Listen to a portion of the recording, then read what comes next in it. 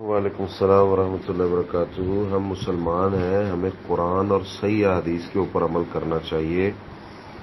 نماز تراویح اور تہجد ایک ہی چیز کا نام ہے، اور اس کی دلیل صحیح بخاری حدیث نمبر 2013 حضرت عائشہ رضی اللہ تعالیٰ عنہ فرماتی ہیں، ما کان یزید فی رمضان ولا فی غیرہ علی 11 رکعہ، کہ رسول اللہ صلی اللہ علیہ وسلم رمضان ہو یا غیر رمضان ہو آپ 11 رکعات سے زائد نہیں پڑھتے تھے۔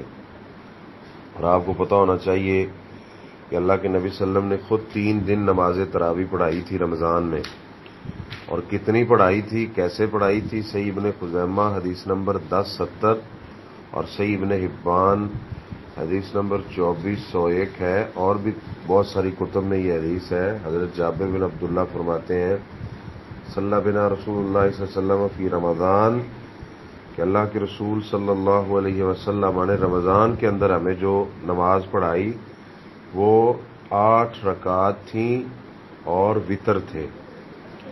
تو اللہ کے نبی صلی اللہ علیہ وسلم کی سنت ہے 8 رکعات اور 3 وتر، یعنی 11 آپ پڑھتے اور پڑھاتے تھے۔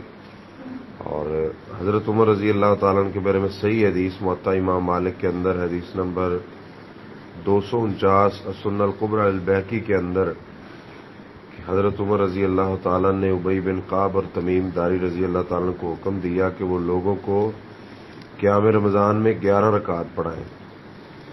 تو کچھ لوگ حضرت عمر رضی اللہ تعالیٰ کے بارے میں ضعیف احادیث کا سہارا لے کے کہتے ہیں کہ آپ نے 20 رکعات پڑھی اور حکم دیا، ایسی کوئی بات نہیں ہے۔ صحیح حدیث سے یہ بات ثابت ہے کہ رسول اللہ صلی اللہ علیہ وسلم نے 11 رکعات پڑھی اور 11 ہی پڑھائی اور اسی کا ہی حکم دیا۔ تو اس لیے ہمیں 11 رکعات یعنی 8 رکعات جو تراویح ہے وہ پڑھنی چاہیے اور 3 وتر۔